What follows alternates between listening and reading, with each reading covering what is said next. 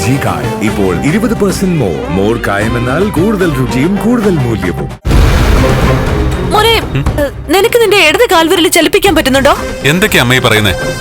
ഞാൻ എന്റെ വലത് കാലല്ലേ ചലിപ്പിക്കുന്നത്. അയാളില്ലേ അവിടെ, ആ മേഘൻ? ഓ ഉണ്ട്. എത്രയും പെട്ടെന്ന് എനിക്ക് അവനിൽ നിന്ന് രക്ഷപ്പെടണം.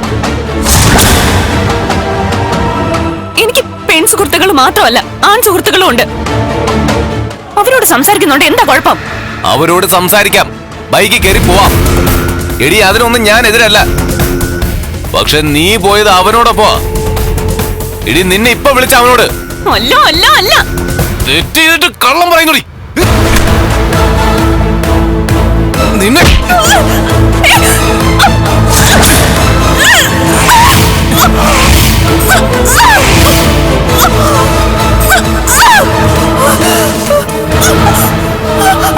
ഉള്ളോട് തന്നെയാണ്.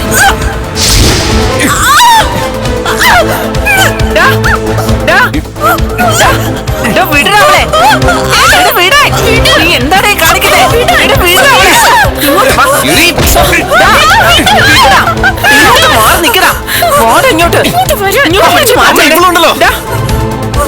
എന്താടാ അമ്മ ഇവളൊരുത്തരോടൊപ്പം ബൈക്ക് കയറി പോയി. ഇപ്പതാവൻ വിളിച്ചിട്ട് വെച്ചതേ ഉള്ളൂ. അത് ഇവളോട് ചോദിച്ചപ്പോ ഇവള് പറയാ അത് ഇവളുടെ കൂട്ടുകാരിയാണെന്ന്. അമ്മേ, ഞാൻ ആ നമ്പറിലോട്ട് വിളിച്ചപ്പോ കൂട്ടുകാരിയല്ല, കൂട്ടുകാരനെ വിളിച്ചിരിക്കുന്ന ഇവള്. ആരാടേ അവൻ? ആരാണെന്ന് ഇയാള് പറയുന്നുണ്ടല്ലോ. പിന്നെ ഞാൻ എന്തിനാ എന്റെ ഭാഗം ശരിയാണെന്ന് സമർത്ഥിക്കാൻ ശ്രമിക്കുന്നേ? ഇപ്പൊ ഏത് നേരം നീ പുറത്തിറങ്ങി പോകുന്നുണ്ടല്ലോ. ആരെ കാണാനാ നീ പോകുന്നേ? എനിക്ക് ഇഷ്ടമുള്ളവരൊക്കെ. അങ്ങനെ ഇഷ്ടമുള്ളവരൊക്കെ കാണാൻ പോകുന്നവരെ പോകുന്ന വഴിക്ക് അങ്ങ് പൊക്കോളണം. ഇങ്ങോട്ടേക്ക് വരരുത്. എനിക്ക് ഇങ്ങോട്ടേക്ക് വരണമൊന്നുമില്ല. അച്ഛൻ ക്രിട്ടിക്കലായിട്ട് ഹോസ്പിറ്റലിൽ കിടക്ക. എന്നിട്ട് എപ്പോഴെങ്കിലും നീ അങ്ങോട്ട് അച്ഛനെ പോയത് നോക്കിയോടി. ഒന്നുമില്ലെങ്കിലും നിന്റെ സ്വന്തം അമ്മാവനല്ലടി. എന്നിട്ട് നിനക്ക് അങ്ങേരെ ഒന്ന് കാണാൻ തോന്നിയോ? അമ്മാവൻ വീണതേ അമ്മാവന്റെ കയ്യിലിരിപ്പുണ്ടല്ലേ. നിർത്തടി. കുറച്ച് ദിവസമായി നീ തന്നിഷ്ടത്തിന് സഞ്ചരിക്കാൻ തുടങ്ങിയിട്ട്. നിന്നെ ഇവിടെ കെട്ടിയിടണമെന്ന് പറഞ്ഞിട്ടും ഇവ കേൾക്കുന്നില്ല. അങ്ങനെ കെട്ടിയിടാനേ ഞാൻ വലിഞ്ഞു കയറി വന്ന നായൊന്നും അല്ല. എന്നെ മാന്യമായിട്ടാ ഇങ്ങോട്ട് കല്യാണം കഴിപ്പിച്ചു വിട്ടത്. അങ്ങനെ മാന്യമായിട്ട് കല്യാണം കഴിപ്പിച്ചു വിട്ടെങ്കിലേ നിങ്ങൾ ഇവിടെ മാന്യമായിട്ടാണോ ജീവിക്കുന്നേ? എനിക്ക് എന്താ കുഴപ്പം? നിനക്ക് കുഴപ്പങ്ങളേ ഉള്ളൂ. നീ വ്രതമാണെന്ന് പറയുന്നത് കള്ളമാ. ദൈവത്തിന്റെ പേരിൽ പോലും നീ കള്ളം പറയുന്നു. അതിനേക്കാളും കള്ളം പറയുന്ന കൂട്ടത്തിലാ അമ്മായിയുടെ മോൻ. അത് ശരി. അപ്പൊ ഇവൻ തെറ്റ് ചെയ്യുന്നത് കൊണ്ട് എവനോട് നീ പ്രതികാരം ചെയ്യുവാണല്ലേ? പകരത്തിന് പകരം ചെയ്യുവാണല്ലേ? അല്ലെങ്കിൽ മക്കളെ വളർത്തിയാലേ മക്കള് വഴിതെറ്റി പോവോടി. അതുകൊണ്ട് തന്നെയാ നിന്റെയൊക്കെ തല കണ്ട ശേഷം നിന്റെ അച്ഛനങ്ങ് മോളിലോട്ട് പോയത്. അമ്മായിയുടെ അച്ഛനും അമ്മായി ജനിച്ചപ്പോ തന്നെ മരിച്ചു എന്നേ അമ്മായി പറഞ്ഞു തന്നെ എനിക്കറിയാം. അത് അമ്മായിയുടെ തല കണ്ടിട്ടാണോ? പറയുന്നതിന് പകരം പറയുന്നോടി. മര്യാദക്ക് ഈ വീടിനകത്ത് അടങ്ങി ഒതുങ്ങി കഴിഞ്ഞോളാം.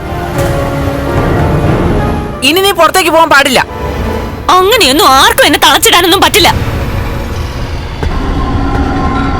എനിക്ക് പോണെന്ന് തോന്നുമ്പോ ഞാൻ പുറത്ത് പോയിരിക്കും. നീ പോ.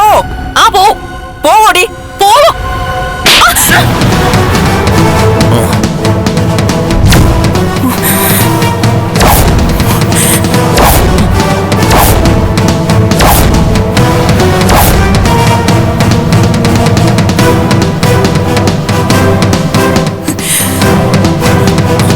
ഒന്നുകൂടി കൊടുക്കമ്മേ. ഈ തല്ല് നീ മനസ്സ് വെച്ചോ. ഇനി നിന്നെ തല്ലാനല്ല, തല്ലി കൊല്ലാനാ പോകുന്നേ. കൊല്ല. അമ്മയും മോനും നാത്തൂനും കൂടെ എന്നെ തല്ലി കൊല്ലേ. എന്നാലും ശരി, എനിക്കിഷ്ടമുള്ളതുപോലെ ഞാൻ നടക്കും.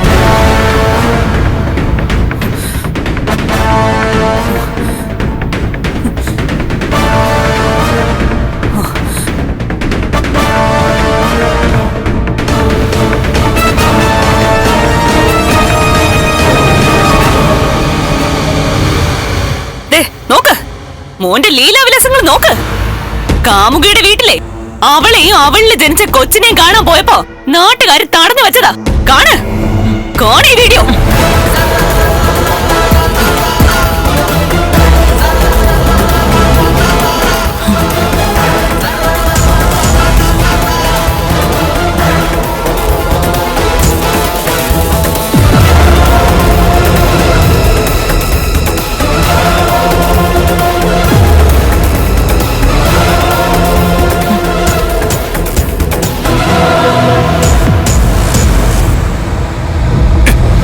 അമ്മേ, ഇതൊക്കെ ആരും ഇവിടെ തെറ്റിദ്ധരിപ്പിക്കാൻ വേണ്ടി മനഃപൂർവ്വം അയച്ചു കൊടുത്തതാ.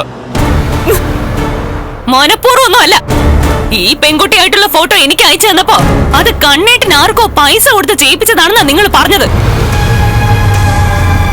എന്നാ ഈ വീഡിയോ വന്നതോടെ എനിക്ക് കാര്യം മനസ്സിലായി. ഈ പെൺകുട്ടിയായിട്ട് മാത്രമല്ല, ഒരുപാട് പെൺകുട്ടികളുമായിട്ടേ ഇയാൾക്ക് ബന്ധമുണ്ടെന്ന്.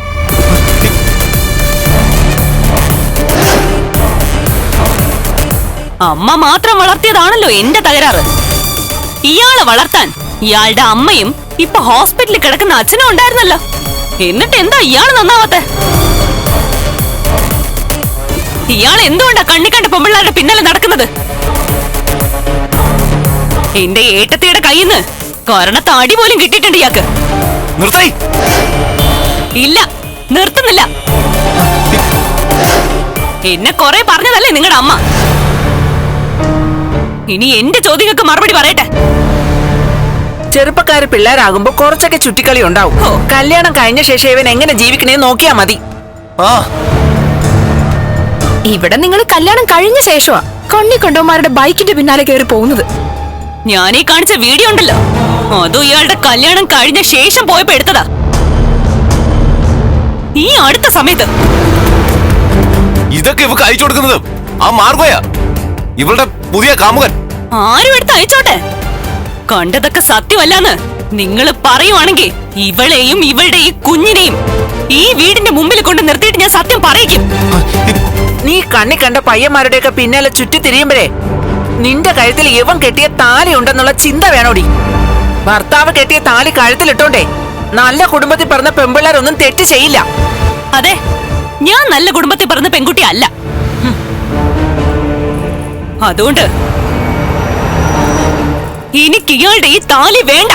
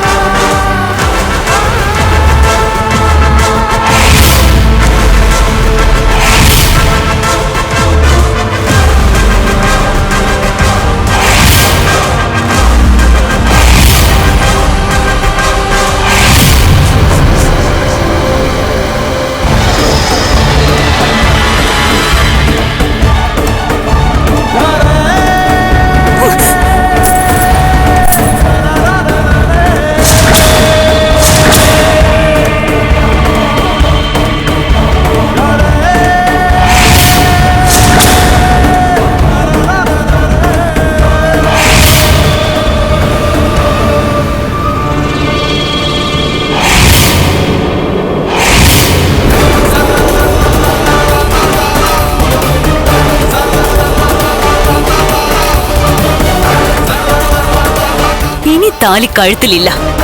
അതുകൊണ്ട് എനിക്ക് എങ്ങനെ വേണമെങ്കിലും നടക്കാമല്ലോ. അല്ലെങ്കിൽ തന്നെ ഇത് എന്നെ സംബന്ധിച്ചിടത്തോളം കഴുത്തി കിടക്കുന്ന ഒരു ഭാരമാ. ഇതെന്റെ കഴുത്തി കിടക്കുമ്പോഴേ അത് കെട്ടിയ ആളുടെ പ്രവൃത്തികൾ എന്റെ മനസ്സിലൂടെ കടന്നു വരും. അങ്ങനെ വന്നു കഴിഞ്ഞാ എനിക്ക് എന്നെ തന്നെ കത്തിച്ചു കളയാനാ തോന്നുന്നേ. പക്ഷേ ഇയാൾക്ക് വേണ്ടി എന്റെ ജീവിതം കത്തിച്ചു തീർക്കാൻ ഞാൻ തയ്യാറല്ല. ഇയാൾക്ക് ഇയാളുടെ വഴി, എനിക്ക് എന്റെ വഴി. അങ്ങനെ ഇനി ജീവിക്കാൻ പറ്റൂ.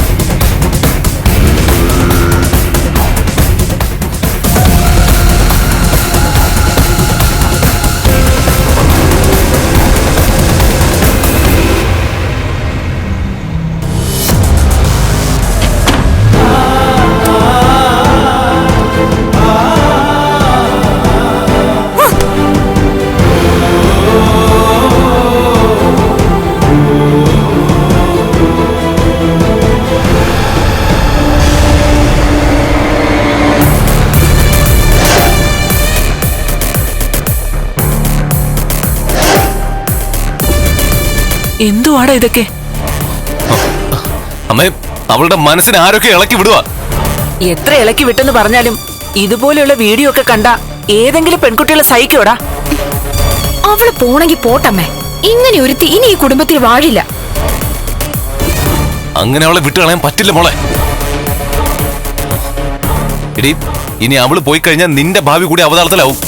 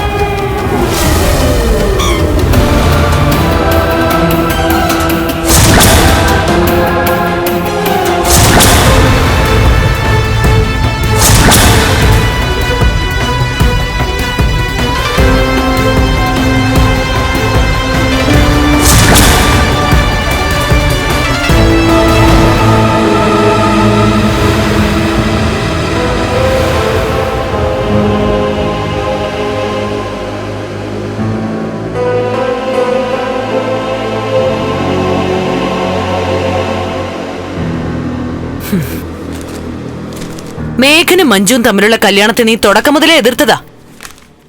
എന്നിട്ടും അവൾ അവനെ തന്നെ വേണോന്ന് വാശി പിടിച്ചതുകൊണ്ടാ അവള് നിനക്ക് ശത്രുവായത്. അതിന് ഇങ്ങനെയൊക്കെ പ്രതികാരം ചെയ്യണമായിരുന്നോടാ? മനസ്സിലായില്ല. നിനക്കെല്ലാം മനസ്സിലായിട്ടുണ്ട്. എന്നിട്ട് ഒന്നും മനസ്സിലാകാത്ത പോലെ നീ നടിക്കുക. അങ്ങനെ നാട്യമശമുള്ളത് എനിക്കല്ല, അമ്മയ്ക്കും അമ്മയുടെ മോനും മേഘനും ഒക്കെയാ. മേഘനും മഞ്ജുവും തമ്മില് പൊരുത്തക്കേടുകളുണ്ടെന്ന് അവരവസാനം ഇവിടെ വന്നപ്പോഴേ ഞങ്ങക്ക് മനസ്സിലായി. ഇപ്പഴെന്താ മരുമോനെ മോൾക്ക് സഹിക്കാൻ പറ്റാതായോ? അങ്ങനെ സഹിക്കാൻ പറ്റാതെ ആയിട്ടുണ്ടെങ്കിൽ അതിനുള്ള കാരണക്കാരി നീയാണ്. മരുമകൻ മോളെ വേണ്ട രീതിയിൽ പരിഗണിക്കുന്നില്ലെങ്കിൽ അതിന്റെ കാരണക്കാരി ഇയാളല്ല. വളഞ്ഞ വഴിയിലൂടെ മാത്രം ജീവിക്കാൻ ആഗ്രഹിക്കുന്ന സ്വന്തം മരുമോൻ തന്നെയാ. ആരും ഒന്നും പറയണ്ട. കല്യാണത്തിന് മുമ്പേ ഇവളുടെ പുറകെ മേഘൻ നടന്നെന്നും ഇവള് മേഘന്റെ കർണത്തടിച്ചെന്നും ഒക്കെ ഇവളൊരു കള്ളക്കഥ ഉണ്ടാക്കിയില്ലേ? അത് സമർത്ഥിക്കാൻ വേണ്ടിയിട്ട് വീണ്ടും നീയും ഇവളും കൂടെ പല ശ്രമങ്ങളും നടത്തിയില്ലേ? അതിന്റെ ഫലമായിട്ടാ മേഘനും മഞ്ജുവിനും ഇടയിൽ പൊരുത്തക്കേടുകൾ തുടങ്ങിയത്. ആ, അപ്പൊ അവര് തമ്മിൽ പൊരുത്തക്കേടുണ്ടെന്ന് അമ്മ സമ്മതിച്ചു അല്ലേ? അവര് തമ്മിൽ തല്ലി പിരിയാൻ വേണ്ടിയിട്ട് അവർക്കിടയിലേക്ക് ഓരോരുത്തരെ പറഞ്ഞു വിട്ടത് നീയും ഇവളുവാ. മേഘനെ കുറിച്ച് ഇവള് പറഞ്ഞതൊക്കെ സത്യമാണെന്ന് നിനക്ക് മറ്റുള്ളവരുടെ മുമ്പിൽ തെളിയിക്കണമായിരുന്നു. അതിനു വേണ്ടിട്ട് നാണം കെട്ട കളിയാ ഇവൾക്കൊപ്പം ചേർന്ന് നീ കളിച്ചുകൊണ്ടിരിക്കുന്നത്. എനിക്കും ഇയാൾക്ക് ബന്ധമില്ലാത്ത കാര്യമായതുകൊണ്ട് ഞങ്ങൾക്ക് ഇതിന് മറുപടി പറയേണ്ട കാര്യമില്ല. അല്ല, അമ്മയുടെ പുന്നാരമോൻ ഇങ്ങോട്ടേക്ക് വന്നില്ലേ? ഇവിടെ വന്നെങ്കിൽ കാണുമായിരുന്നല്ലോ. സാരമില്ല, അവൻ എവിടെയായാലും ഞാൻ അവനോട് പെട്ടെന്ന് ഇങ്ങോട്ട് വരാൻ പറഞ്ഞോളാം. അവനോട് എനിക്ക് സീരിയസ് ആയിട്ട് കുറച്ച് കാര്യങ്ങൾ സംസാരിക്കാനുണ്ട്. ഓ, പെങ്ങളുടെ ജീവിതം ഏതാണ്ട് തുലാസിലായി. ഇനി അനിയനെയും കൂടി ഇപ്പൊ തൂക്കി കളയണം. അതോടെ നിനക്ക് മനസ്സമാധാനം കിട്ടും. എടാ, ഇവള് മാത്രം മതി നിനക്കെങ്കിലേ ഞങ്ങളെയൊക്കെ ഇഞ്ചിഞ്ചായിട്ട് കൊല്ലുന്നതിന് പകരവേ ഞങ്ങൾക്ക് എല്ലാവർക്കും ഒരുത്തിരി വിഷം തന്നങ്ങ് കൊല്ല്. അതെന്റെ രീതിയല്ല, അമ്മയുടെയും അമ്മയുടെ മക്കളുടെയും രീതിയാണ്. പിന്നെ മേഘനും മഞ്ജുവും തമ്മിൽ അകൽച്ചയുണ്ടെങ്കിൽ അത് എന്നെ സംബന്ധിച്ചിടത്തോളം അത്ര ഞെട്ടിക്കുന്ന വാർത്തയൊന്നുമല്ല. അത് ഞാൻ പ്രതീക്ഷിച്ചത് തന്നെയാണ്. ഒരു സമയം ഒന്നിലധികം പെൺകുട്ടികളുമായിട്ട് അടുപ്പമുള്ളവരുമായിട്ട് ഒരു ഭാര്യയും പൊരുത്തപ്പെട്ടു പോവില്ല. അതുകൊണ്ട് അമ്മയുടെ മോള് ഇനി സ്ഥിരമായിട്ട് ഇവിടെ വന്ന് നിന്നാലും അത്ഭുതപ്പെടാനൊന്നുമില്ല. അങ്ങനെ അവനെ കളഞ്ഞിട്ട് അവൾ ഇവിടേക്ക് വരികയാണെങ്കിൽ അവളെ ഞാൻ തള്ളിക്കളയില്ല. മേഘനൊപ്പം അവൾക്കെന്നല്ല ഒരു പെൺകുട്ടിക്കും പിടിച്ചു നിൽക്കാൻ കഴിയില്ല. മഞ്ജുവിന് നല്ലൊരു ഭാവി ഉണ്ടായിരുന്നു. ആ ഭാവി ഇല്ലാതാക്കിയത് അവളും അമ്മയും കൂടി തന്നെയാണ്. അതുകൊണ്ട് ഇനി അവളുടെ കാര്യത്തില് മറ്റാരെയും പഴിക്കേണ്ട കാര്യമില്ല.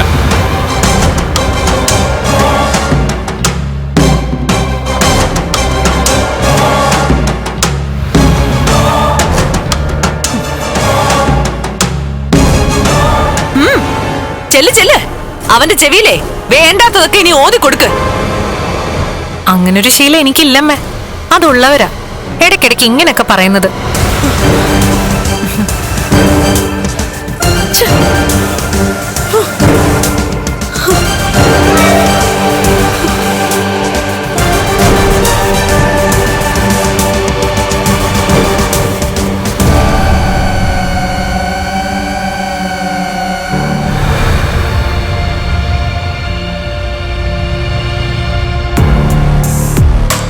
ഇപ്പോ വാമേട്ടൻ വീൽ ചെയറിൽ നടക്കേണ്ട അവസ്ഥയായി. ഞാൻ നിന്നോട് അന്നേ പറഞ്ഞില്ലേ, വീഴിക്കാൻ നോക്കുന്നത് മഹാലക്ഷ്മി ആണെങ്കിലും വീഴുന്നത് മറ്റാരെങ്കിലും ആയിരിക്കുന്നു. അമ്മ എന്തിനാ വെറുതെ കരുതാക്കരുത് വളയ്ക്കാൻ നിൽക്കുന്നേ? എടാ പ്രതാപ, ഞാൻ നാവെടുത്ത് വളച്ചാല് ഇല്ലെങ്കിലും ശരി, അവള് വിളിക്കുന്ന ദൈവങ്ങൾ അവളുടെ പിന്നാലെ ഇങ്ങനെ നടക്കുമല്ലേ. പ്രത്യേകിച്ച് അവള് പൂവിട്ട് പൂജിക്കുന്ന ആ അയ്യപ്പ സ്വാമി. ലക്ഷ്മിയുടെ കൂടെ ദൈവമുണ്ടെന്നൊക്കെ അവളുടെ കല്യാണത്തിന് മുമ്പ് അവളുടെ അമ്മ പറയുമ്പോഴേക്കേ അവളുടെ മുഖത്തിട്ട് ഞാനും അമ്മയൊക്കെ ആട്ടുമായിരുന്നു. പക്ഷേ ഇപ്പൊ അതിനകത്ത് സത്യം ഉണ്ടെന്ന് മനസ്സിലായി. പ്രതാപ, ഇനി എന്തെങ്കിലും ചെയ്യുന്നുണ്ടെങ്കിൽ സൂക്ഷിച്ചും കണ്ടും ചെയ്താ മതി. ഇനി എന്തോ ചെയ്യാനാ? അല്ലെങ്കിൽ നിനക്കും സ്ഥിരമായിട്ട് വീൽ ചെയറിൽ നിന്ന് ഇങ്ങനെ നിരങ്ങേണ്ടി വരും.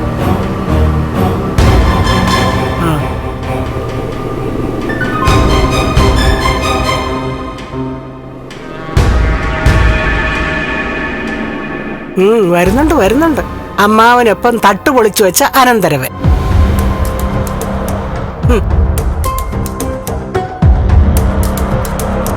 എടാ ഉണ്ണിക്കുട്ട, നിന്റെ അമ്മാവന് വയസ്സും പ്രായമൊക്കെ ആയി. അയാൾക്കാണെങ്കിൽ കണ്ണ് കാണാൻ പ്രയാസമാ. അതുപോലെയാണോ നിന്റെ കാര്യം? മഹാലക്ഷ്മി ചവിട്ടുമ്പോ തട്ടു പൊളിയുവോ ഇല്ലയോ എന്ന് നിനക്ക് ശരിക്കൊന്ന് നോക്കിക്കൂടായിരുന്നോടാ? അത് ഞാനെല്ലാം നോക്കിയതാ മുത്തശ്ശി. അങ്ങനെ നോക്കിയത് കൊണ്ടാണ് തട്ടു പൊളിഞ്ഞ് വീഴാതിരുന്നത്. ആ സമയത്ത് നീ അവിടെ ഉണ്ടായിരുന്നത് ഭാഗ്യം. അതുകൊണ്ട് വീൽ ചെയറിലാണെങ്കിലും നിന്റെ അമ്മാവൻ ഇപ്പൊ അവിടെ ഇരിക്കാം. അല്ലെങ്കിലേ അയാളിപ്പോ ചത്തുപോയേനെ. ഉണ്ണിയേട്ടനോട് പെട്ടെന്ന് തറവാട്ടിലേക്ക് ചെല്ലാൻ പറഞ്ഞിരിക്കുക കമലേശ്വരത്തെ വല്യേട്ടൻ. പെട്ടെന്ന് തന്നെ കാണണമെന്ന് പറഞ്ഞത് എന്തിനാണോ എന്തോ. നിന്നെ അവിടുന്ന് പുറത്താക്കാനാണെന്നുണ്ടെങ്കിൽ നീ മോളെ ഇങ്ങോട്ട് തന്നെ കൊണ്ടുവിട്ടേക്ക്. എന്നിട്ട് മോൾക്കൊപ്പം താമസിക്കണമെന്ന് ഞാൻ ഒരിക്കലും പറയില്ല. അങ്ങനെ താമസിച്ചാലേ പിന്നെ നാട്ടുകാരുടെയും ബന്ധുക്കളുടെയൊക്കെ ചോദ്യത്തിന് ഞാൻ വേണം മറുപടി പറയാൻ. അതത്ര സുഖമുള്ള ഏർപ്പാടല്ല. അതുകൊണ്ട് പ്രസവം വരെ മോളെ ഇവിടെ കൊണ്ട് നിർത്തിയാൽ മതി. ഞാൻ പറയാം, പ്രസവശേഷവും നിനക്ക് അവളെ വിളിച്ചോണ്ട് പോകാൻ പറ്റാത്ത കണ്ടീഷൻ ആണെന്നുണ്ടെങ്കിൽ കുഞ്ഞ് ജനിച്ചപ്പോ കുഞ്ഞിനൊരു അച്ഛനെ വേണ്ടെന്ന് എന്റെ മോക്ക് തോന്നിയെന്ന് ഞാൻ അങ്ങ് പറഞ്ഞോളാം. എന്തൊക്കെയാ പ്രതാപ നീ പറയുന്നേ? നാളെ ചിലപ്പോ ഇങ്ങനെയൊക്കെ നടന്നേക്കാമെന്ന് ഞാൻ പറയായിരുന്നു അമ്മേ. ഇവനെ അത്യാവശ്യമായിട്ട് അവന്റെ ചേട്ടൻ കാണണമെന്ന് പറയുമ്പോ അതിനകത്ത് എന്തൊക്കെയോ ദേനക്കേട് കാണുന്നുണ്ടമ്മേ. എന്നാ പിന്നെ ചെല്ല്, കണ്ണൻ വിളിച്ചതല്ലേ. കണ്ണൻ കാഴ്ച വസ്തുവായിട്ട് നിന്നെ ഇപ്പൊ സ്വീകരിക്കാനായിട്ട് നിൽക്കുമായിരിക്കും. ഞാൻ പോയിട്ട് രാജാ. ശരി മുത്തശ്ശി.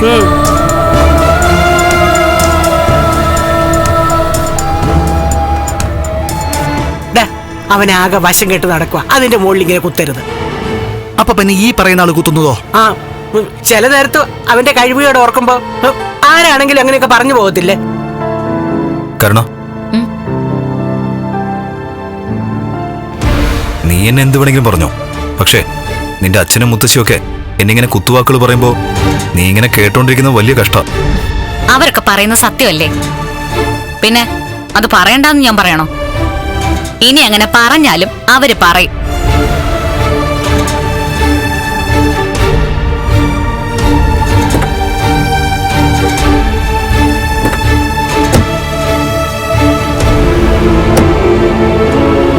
എപ്പോഴെങ്കിലും ഒരിക്കല് അമ്മായി അച്ഛനും എന്റെ മുത്തശ്ശിക്കും അഭിമാനം ഉണ്ടാക്കുന്ന എന്തെങ്കിലും ഒരു കാര്യം ഉണ്ണിയേട്ടൻ ചെയ്യും. അപ്പോ അച്ഛനും മുത്തശ്ശിയൊക്കെ ഈ പറച്ചിലൊക്കെ അങ്ങ് നിർത്തിക്കോളും. എന്റെ ഒരു കുഞ്ഞ് നിന്റെ വയറ്റിലുണ്ട്. പക്ഷേ നിന്റെ ചേച്ചിക്ക് ആ ഭാഗ്യമില്ല. അത് മാത്രമേ ഉള്ളൂ ഇനി ഉയർത്തി കാണിക്കാനായിട്ട്. കുഞ്ഞു വയറ്റിലുണ്ടായിട്ട് കാര്യമില്ലല്ലോ. അത് ജനിച്ചു കഴിയുമ്പോ അതിനെ അന്തസ്സായിട്ട് നോക്കാനും കഴിയണ്ടേ? അപ്പോഴല്ലേ ഒരച്ഛനാവൂ.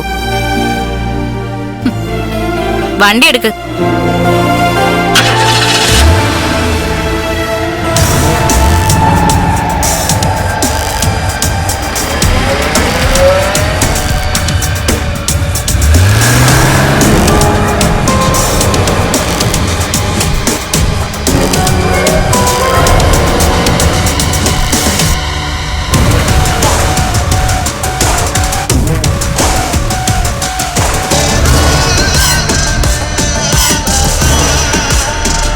LG കായം ഇപ്പോൾ 20% മോർ കായം എന്നാൽ കൂടുതൽ രുചിയും കൂടുതൽ മൂല്യവും.